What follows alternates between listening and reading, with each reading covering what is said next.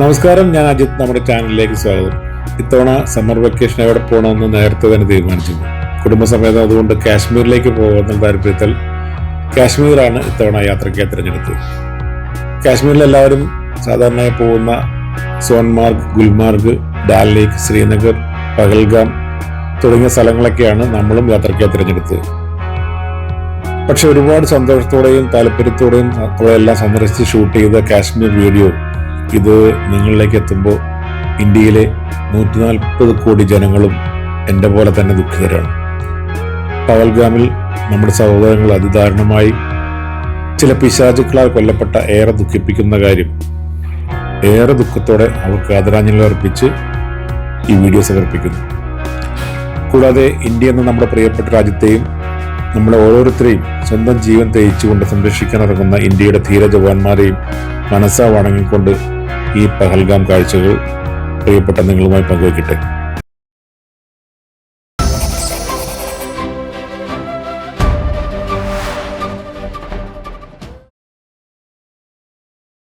ഇന്നലെ നമ്മൾ കഴിഞ്ഞ ദിവസം താങ്ങിയ ഡാൽ തടാകം തന്നെയാണ് ഈ കാണുന്നത്. ഡാൽ ലേക്കിൻ്റെ സൈഡിലൂടെ നമ്മൾ പോകുന്നത്. ഇന്നിപ്പോൾ പഹൽഗാമാണ് സ്റ്റേ. പഹൽഗാം ലക്ഷ്യമാക്കിയാണ് ഇവിടുത്തെ യാത്ര. കൂടാതെ ഇവിടുത്തെ ചില സൈറ്റ് സീൻസ് ഉണ്ട്. കാശ്മീർ സന്ദർശനം അവസാനിക്കുന്നതിൻ്റെ തലേന്നാണ് നമ്മൾ പഹൽഗാമിലേക്ക് പോയത്. പഹൽഗാം എന്ന് പറയുന്നത് ക്യാപിറ്റൽ സിറ്റിയായ ശ്രീനഗറിൽ നിന്ന് ഏകദേശം 100 കിലോമീറ്റർ സഞ്ചരിച്ച് കഴിഞ്ഞാൽ നമുക്ക് അവിടെ എത്താം. എത്ര ടൂറിസ്റ്റുകൾ എത്തിയാലും അവർ ഉൾക്കൊള്ളാൻ പാകത്തിന് ധാരാളം പുതിയ ഹോട്ടലുകളും റിസോർട്ടുകളും പഹൽഗാമിൽ തയ്യാറാണ്. ഈ പഹൽഗാം ഈ അതിദാരുണമായ സംഭവം ഉണ്ടാകുന്നതിൻ്റെ 4 ദിവസം മുമ്പാണ് നമ്മൾ അവിടെ എത്തിയത്.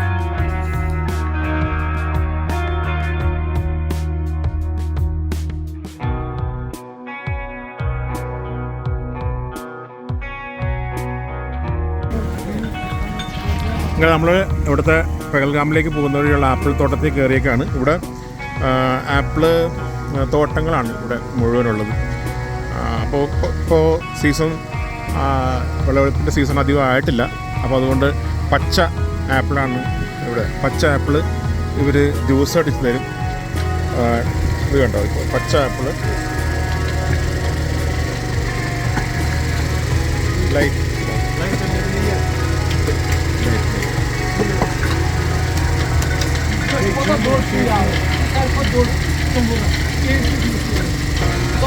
പച്ച ആപ്പിള് ജ്യൂസ് അടിച്ച് തരും. ഈ ജ്യൂസിന് 50 രൂപ ചെറിയ ഗ്ലാസ്, 100 രൂപ വലിയ ഗ്ലാസ്. അങ്ങനെയാണ് ഇതിൻ്റെ ചാർജ് വരുന്നത്.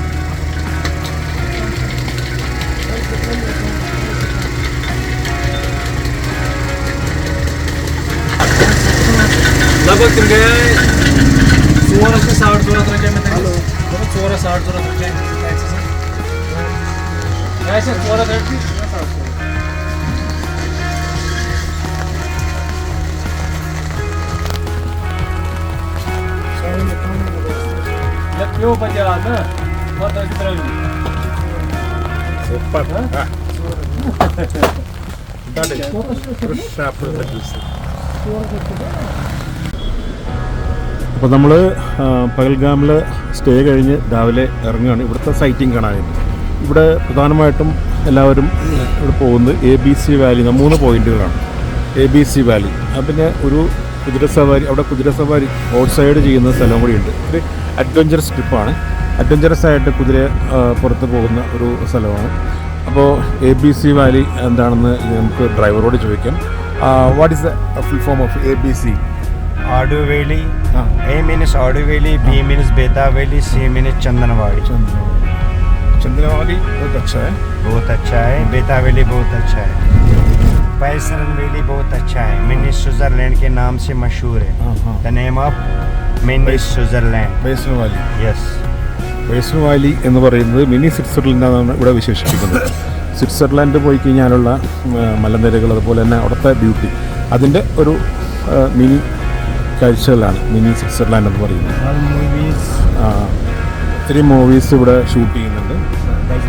ബജ്രംഗി ബാഗ്, അതെ, ബജ്രംഗി എന്നുള്ള ആ സിനിമയെല്ലാം ഇവിടെ ഷൂട്ട് ചെയ്തിട്ടുണ്ട്. അപ്പോൾ വളരെ അതിമനോഹരമായിട്ടുള്ള സൈറ്റിംഗ് ആണ് അവിടെ എന്നാണ് പറയുന്നത്. ഏതായാലും പറഞ്ഞിട്ട് ഉള്ള അറിവല്ലേ നമുക്ക് പോയി കാണാം. അവിടുത്തെ കാഴ്ചകൾ ബുട്ടേൽ ഖാനിലെ കാഴ്ചകൾ കാണാം.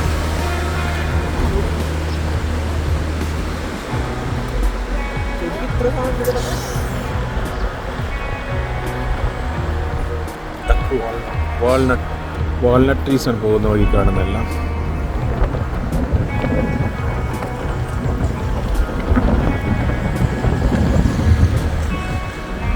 ഇവിടെ ഒത്തിരി റിസോർട്ട് ഹോട്ടലുകളെല്ലാം ഉണ്ട്. നല്ല സ്റ്റേ ആണ് ഇവിടെ തരുന്നത്. നല്ല ഫുഡും നല്ല സർവീസും ഒക്കെ ആയിരുന്നു നമ്മുടെ സ്റ്റേ. അപ്പോൾ അതുകൊണ്ട് അത് ശരിക്കും റെക്കമെൻഡ് ചെയ്യാവുന്ന റിസോർട്ടുകളൊക്കെയാണ് ഇവിടെ ഉള്ളത്. അത്യാവശ്യം നല്ല തണുപ്പുണ്ട്.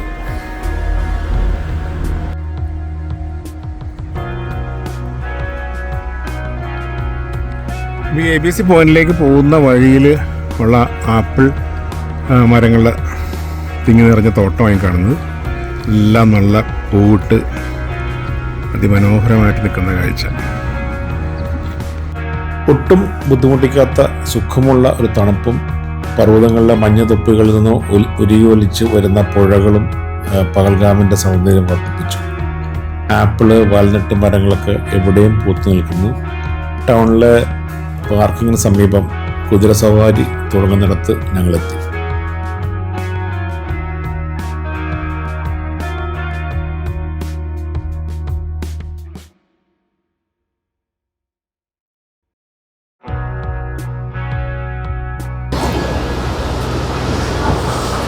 ഇവിടുത്തെ കുരങ്ങുകൾ ഒരു പ്രത്യേകതരം കുരങ്ങുകളാണ്. നമ്മുടെ നാട്ടിലെ അപേക്ഷിച്ച് കൂടുതൽ രോമാവൃതമായിട്ടുള്ള, തണുപ്പിൽ ജീവിക്കാൻ പറ്റിയ രോമാവൃതമായിട്ടുള്ള കുരങ്ങുകളാണ്. ഇത് കുറച്ച് ഷൈ ആണ്, അതോടൊപ്പം തന്നെ കുറച്ച് അഗ്രസീവാണ്.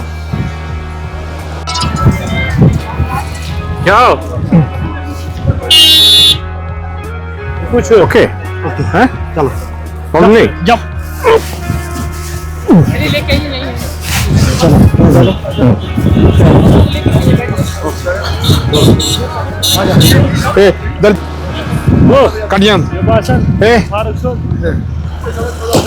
അപ്പൊ അങ്ങനെ കുതിരസവാരിക്ക് പോകണം. 4 പോയിന്റിലേക്കാണ് പോകുന്നത്. അപ്പോൾ മിനി സ്വിറ്റ്സർലൻഡ് കാണാം, അതുപോലെ തന്നെ കാശ്മീർ പോയിന്റ് കാണാം, ഹരിസിംഗ് പോയിന്റ് കാണാം, ഹരിസിംഗ് രാജാവ്. അപ്പോൾ അദ്ദേഹം ഇവിടെ വന്ന് വേട്ടയാടുന്ന സ്ഥലം. അപ്പോൾ അങ്ങനെയൊക്കെയുള്ള സ്ഥലങ്ങളാണ് നമ്മൾ ഇന്ന് കാണാൻ പോകുന്നത്. കുതിരസവാരിക്കാണ് പോകുന്നത്. ഇത് അൺലിമിറ്റഡ് ടൈമാണ്. അപ്പോൾ റാഡ് ചെയ്ത് പോവാൻ കുതിരകൾ നല്ല കയറ്റമാണ്, അതുകൊണ്ട് അല്പം ടയർഡായി. കൂടുതൽ അവരെ ബുദ്ധിമുട്ടിക്കാൻ വളരെ സ്ലോ ആയിട്ട് നടക്കുകയാണ്. മോൻ ശ്രീരാമുണ്ട്.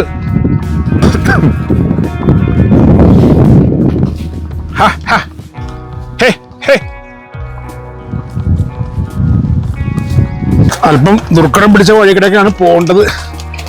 ഏതായാലും കുതിരകൾക്ക് മാത്രമേ പോകാൻ പറ്റുള്ളൂ. നമുക്ക് നടന്നു കയറാൻ പറ്റാത്ത വഴികളിൽ കൂടെയാണ് പോകുന്നത്. അല്പം അഡ്വഞ്ചറസ് ആണ്. ഇപ്പോൾ മഴ പെയ്ത് ഇത്തിരി സ്ലിപ്പറിയാണ് ഇവിടെ. കുതിര വീണ നമ്മളും വീഴും, കരിങ്കല്ലില്ലേ.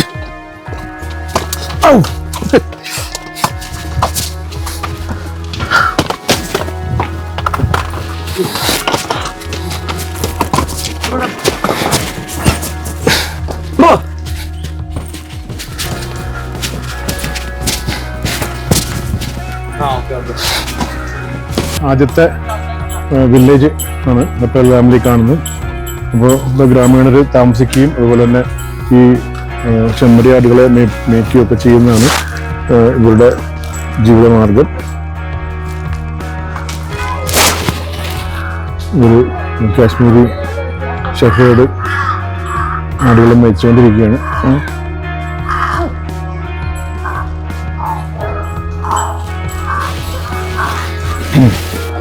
കാശ്മീർ വാലി എന്നറിയപ്പെടുന്ന പോയിന്റാണിത്. പോകുന്ന വഴിക്ക് ഓരോ പോയിന്റുകളുണ്ട്. നേരത്തെ പറഞ്ഞ് അതിൽ വരുന്നതാണ് കാശ്മീർ വാലി.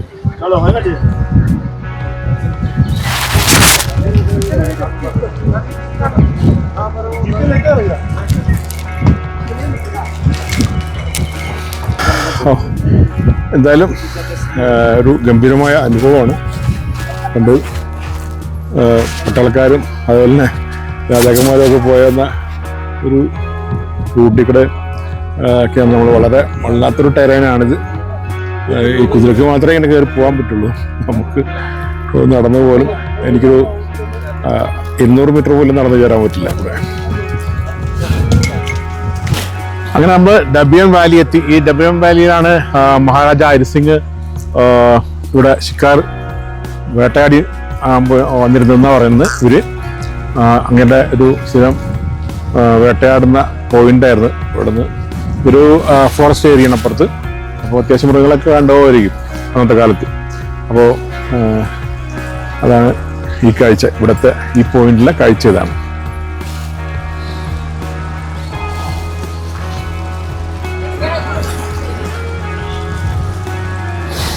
ഘോടാ ടയർഡായാ? നീ ടയർഡായാ ഘോടാ? ഏയ്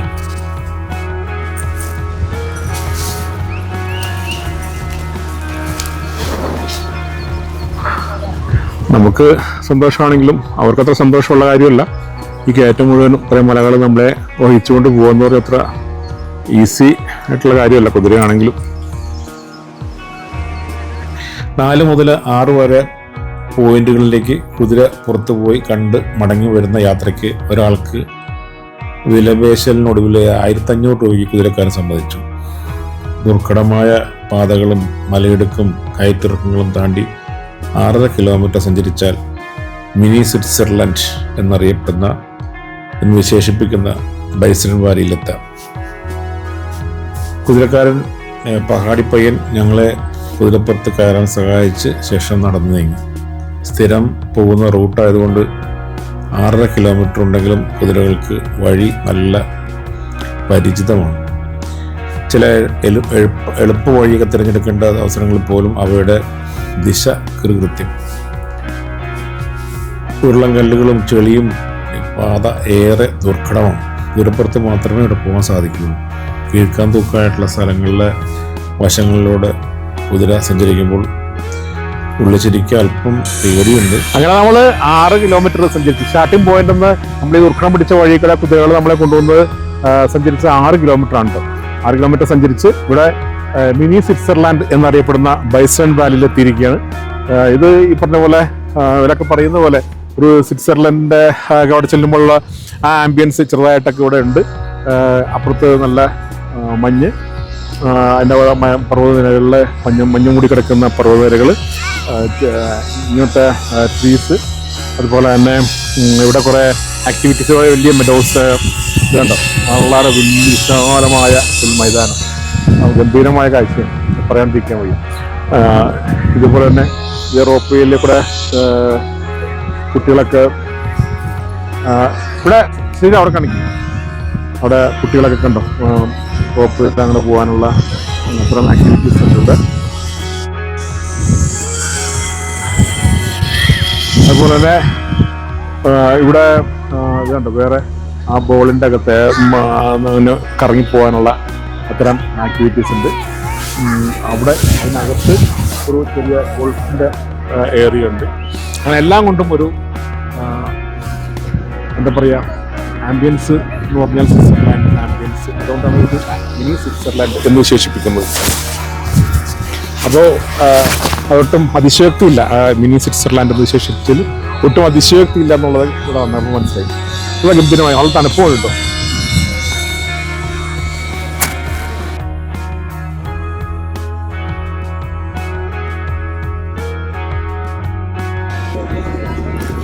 ഇവിടെ ടൂറിസത്തിന് അനന്തമായ സാധ്യതകളാണ്. കാശ്മീരിൽ ടൂറിസം കൊണ്ട് ജീവിക്കുന്നതാണ്.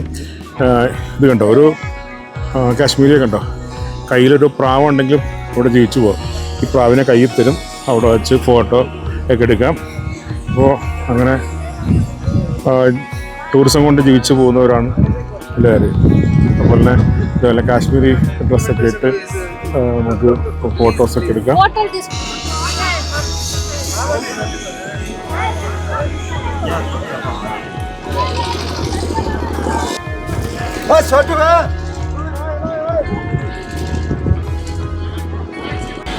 അപ്പോൾ ഇതൊക്കെയാണ് പഹൽഗാമിലെ മിനി സ്വിറ്റ്സർലൻഡ് എന്നറിയപ്പെടുന്ന ബൈസൺ വാലിയിലെ കാഴ്ചകൾ. അപ്പോൾ ഇവിടെ നിന്ന് നമ്മൾ മടങ്ങുകയാണ്. ഇവിടെ നമുക്ക് ഫോട്ടോഗ്രാഫിക്ക് ഒത്തിരി സ്കോപ്പാണുള്ളത്.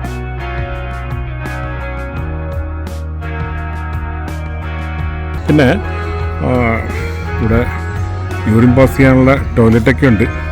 പക്ഷേ ഒരു കാര്യം പറയുന്നതിൽ യാതൊരു മടിയില്ല. കാരണം കാശ്മീർ പൊതുവെ നല്ല എക്സ്പെൻസീവാണ്. നന്നായിട്ട് ബാർഗെയിൻ ചെയ്യണം ഓരോ കാര്യങ്ങൾക്കും. ഇവിടെ ജസ്റ്റ് ഒരു യൂറിൻ പാസ് ചെയ്യാനായിട്ട് 10 രൂപ മുതൽ 20 രൂപ വരെ കൊടുക്കണം. 20 രൂപയ്ക്കൊന്ന് യൂറിൻ പാസ് ചെയ്യണം. 5 പേര് ഒരു ഫാമിലി ഉണ്ടെങ്കിൽ 100 രൂപ മൂത്രം ഒഴിക്കണമെങ്കിൽ. അങ്ങനെ ഒരു ഭയങ്കര എക്സ്പെൻസീവാണ് ഇവിടുത്തെ ഓരോ കാര്യങ്ങളും.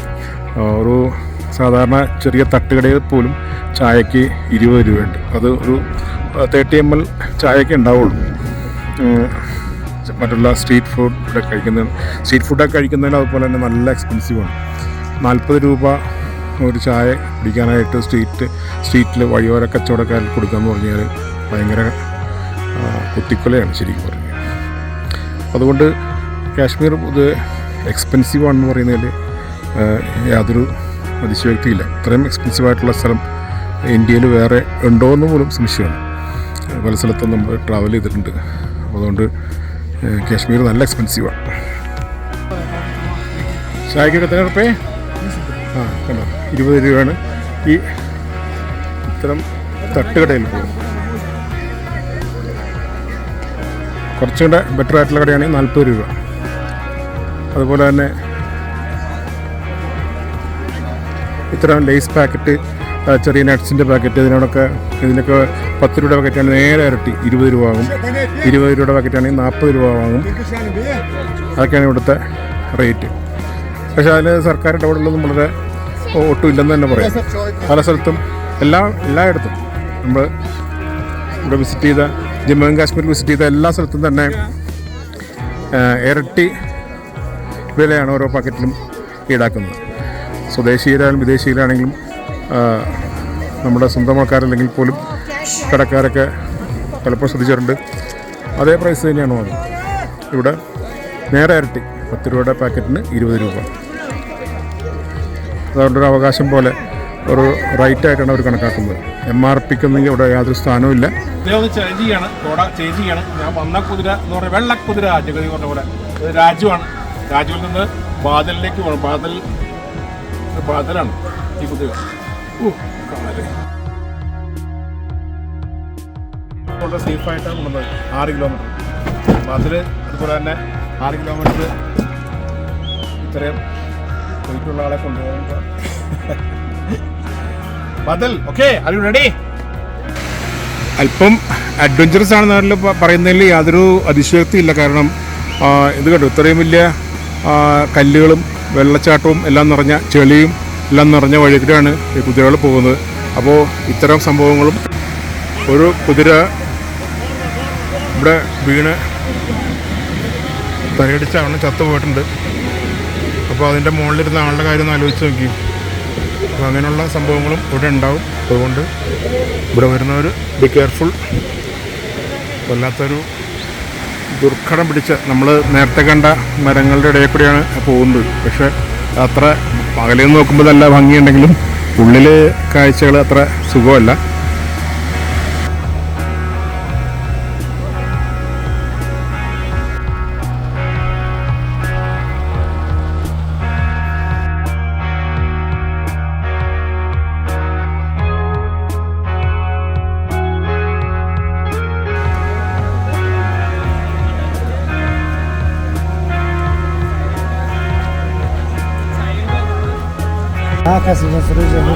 പഹൽഗാം സിറ്റിയാണ് ഈ കാണുന്നത്. ഇവിടെ ഇഷ്ടംപോലെ തുണിക്കടകളും അതുപോലെ തന്നെ ചോക്ലേറ്റ്, കാശ്മീരി ചോക്ലേറ്റ് ഒക്കെ കിട്ടുന്ന ഒരുപാട് കടകളുണ്ട്.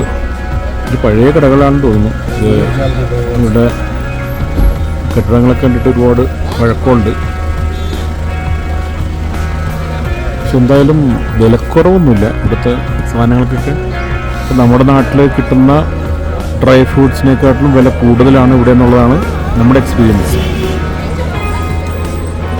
അപ്പോൾ പൂർണ്ണമായിട്ടും ടൂറിസത്തിന് ഡിപ്പെൻഡ് ചെയ്ത് ഉള്ള ഒരു സ്റ്റേറ്റ് ആയതുകൊണ്ട് ടൂറിസവും അതുപോലെ തന്നെ അഗ്രികൾച്ചറുമാണ് ഇവിടുത്തെ മെയിൻ ഇൻകം സ്റ്റേറ്റിൻ്റെ. അതുകൊണ്ട് തന്നെ ഇവിടെ വരുന്നവരെ മാക്സിമം അവരെ ഒന്നും വസൂലാക്കുന്ന ഒരു രീതിയാണ് ഇവിടെ കാണുന്നത്.